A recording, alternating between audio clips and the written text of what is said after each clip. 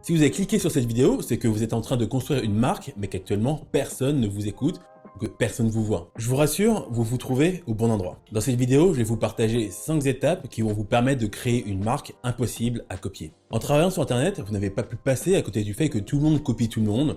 C'est pour ça qu'il est important de comprendre comment se distinguer de la masse et comment durer sur le temps long. Après tout, c'est pour ça que vous souhaitez établir votre marque, non? Il faut comprendre que votre marque n'est pas qu'un élément monolithique. Par ailleurs, j'en ai parlé dans une de mes vidéos que vous pouvez trouver ici. Votre marque est composée de 3 éléments piliers: votre attention, votre pertinence et votre personnalité. Et lorsque l'on parle de construction de marque sur les réseaux sociaux, on en revient à ce concept de flywheel que j'ai partagé dans une de mes vidéos. En d'autres termes, comment un momentum est créé sur les réseaux sociaux. Cette flywheel commence par la compréhension profonde de la cible à laquelle on s'adresse. Puis, on passe à la création de contenu pertinent pour sa cible. À partir de ce travail très niché, la plateforme va commencer à comprendre dans quelle catégorie vous mettre et proposer votre contenu aux bons utilisateurs à travers ses sources de trafic interne. Si vous prenez n'importe quelle chaîne YouTube ou compte social media qui fonctionne de manière régulière, vous trouverez cette séquence où le travail du créateur aura principalement été de trouver un product market fit. Une proposition qui correspond parfaitement à son audience publiée régulièrement et qui est correctement identifiée par la plateforme. Mais avant de vous partager les 5 étapes pour construire une marque sur les réseaux sociaux, j'aimerais revenir sur 4 mythes qui ont la vie dure lorsqu'on parle de marque sur les plateformes sociales. Premièrement, la taille ne compte pas. Sauf si votre cible est en recherche de contenu un peu crado, misez toujours sur la qualité, plus que la quantité. Faut pas confondre quantité de contenu et quantité de diffusion. Aujourd'hui, nous sommes dans une ère des micro-influenceurs. Pas besoin d'avoir des millions de followers pour commencer à vivre en vendant ses produits et services. Il vous suffit d'avoir une vraie communauté soudée autour des valeurs que vous partagez et qui a un pouvoir d'achat suffisant. Sauf dans de très rares exceptions, quasiment aucune marque durable ne se construit sur de la recherche de viralité. J'en ai déjà parlé dans une de mes vidéos précédentes.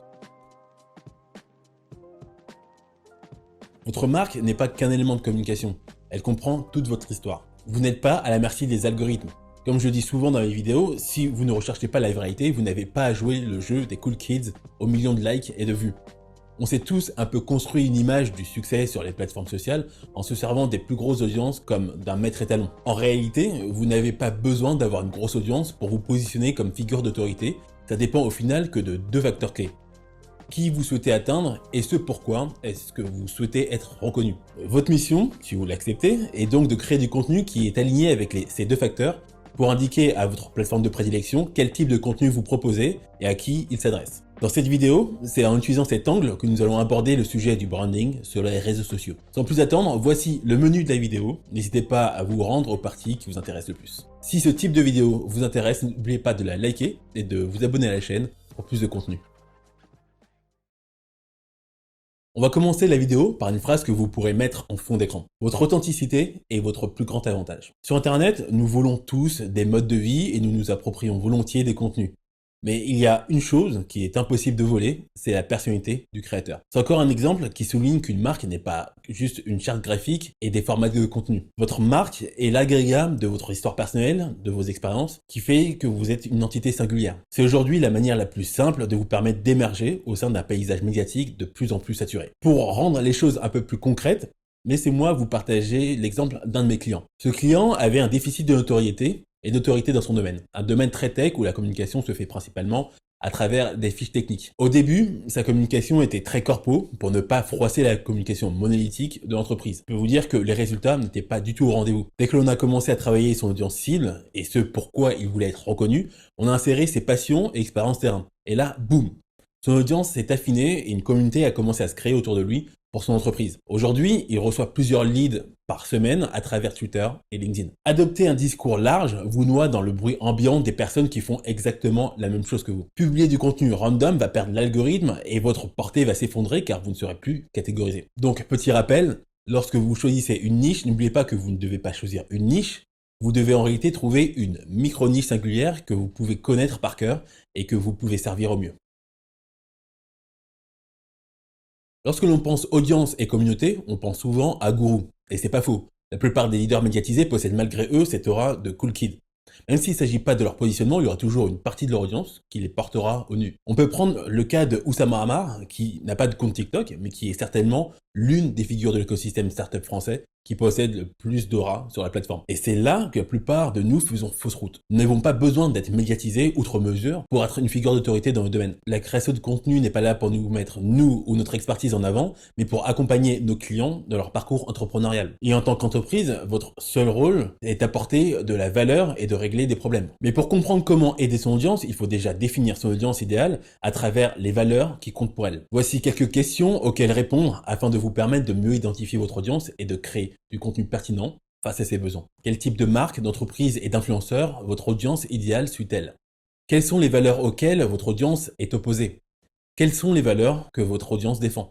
Où votre audience passe-t-elle la plus grande partie de son temps? La chose la plus simple que vous pouvez faire est de prendre toutes ces questions et de vous les appliquer à vous-même, car il y a de grandes chances pour que vous fassiez partie de votre audience. Lorsque vous cherchez à résoudre des problèmes business, où est-ce que vous vous rendez et quel groupe est-ce que vous fréquentez? Si les algorithmes vont catégoriser votre contenu pour l'audience que vous souhaitez atteindre, et ce pourquoi vous souhaitez être reconnu, les algorithmes vont également se baser sur les habitudes de consommation. Donc connaître les habitudes de son audience vous permet de comprendre à quel type de personnes vous vous adressez et quel type de contenu va le plus leur parler. Mais savoir quel contenu leur apporte de la valeur, c'est bien, mais une communauté est faite d'échanges.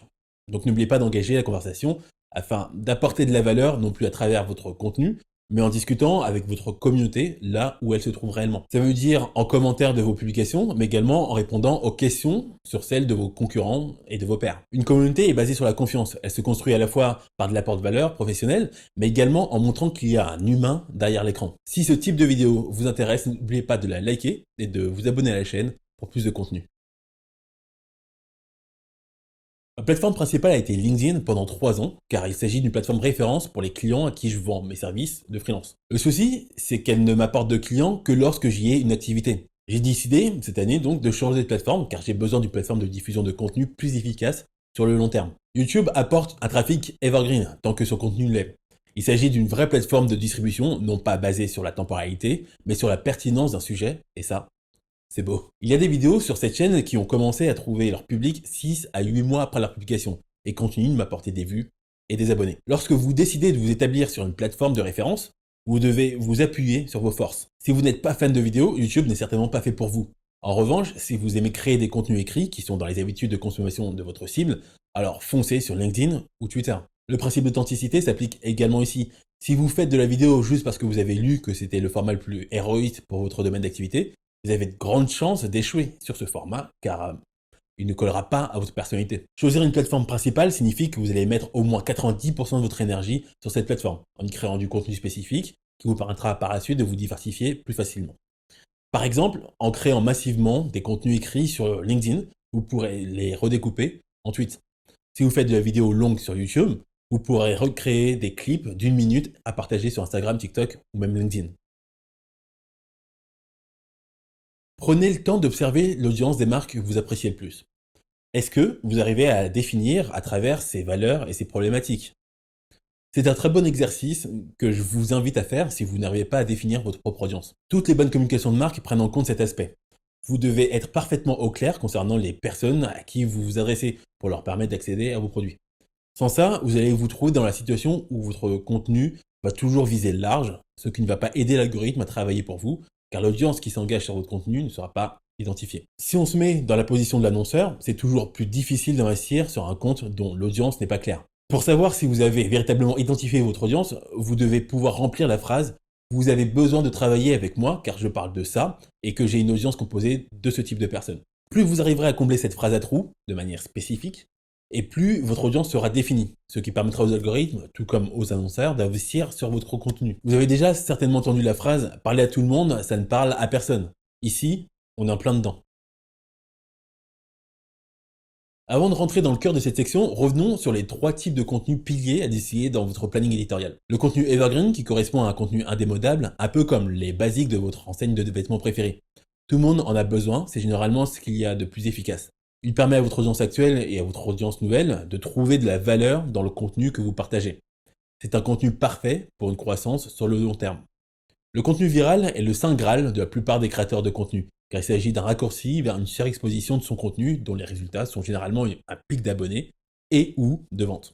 Il s'agit généralement d'un contenu tendance dont le format est très basique et ne demande que très peu de réflexion et de recherche. Mais comme toutes les tendances, le momentum de ce type de contenu est plutôt court. Et le troisième type de contenu est le contenu de fond. Il se pose entre les deux car il repose sur des sujets qui ont un minimum de traction et crée une fidélisation de votre audience. Il permet généralement d'humaniser votre marque et de créer une différenciation ou une préférence de marque. Le secret d'une croissance stable réside dans le mix de ces trois types de contenus qui adressent des objectifs différents. Si vous ne créez que des contenus evergreen, vous allez créer un trafic de qualité, mais qui n'aura que faire de votre marque, car vous ne l'aurez pas nourri avec du contenu de fond. La manière la plus simple d'avoir des idées infinies de contenu est de vous appuyer sur votre histoire, partager vos expériences et les leçons que vous avez tirées pour avoir un impact sur votre audience. Donc, récapitulons. Les étapes pour créer votre marque en ligne vont être: numéro 1, être très clair concernant vos intentions et l'impact que vous souhaitez avoir et qui vous souhaitez atteindre avec votre contenu. Numéro 2, créer du contenu qui parle à votre audience en apportant des solutions aux problèmes que vous avez identifiés. Numéro 3, n'oubliez pas de monétiser votre contenu gratuit en incluant un appel à l'action, que ce soit pour inviter votre audience à s'inscrire à votre newsletter ou accéder à vos produits et services. Si vous avez apprécié cette vidéo, n'oubliez pas de la liker et de vous abonner à la chaîne pour plus de vidéos. Sur ce, à la prochaine.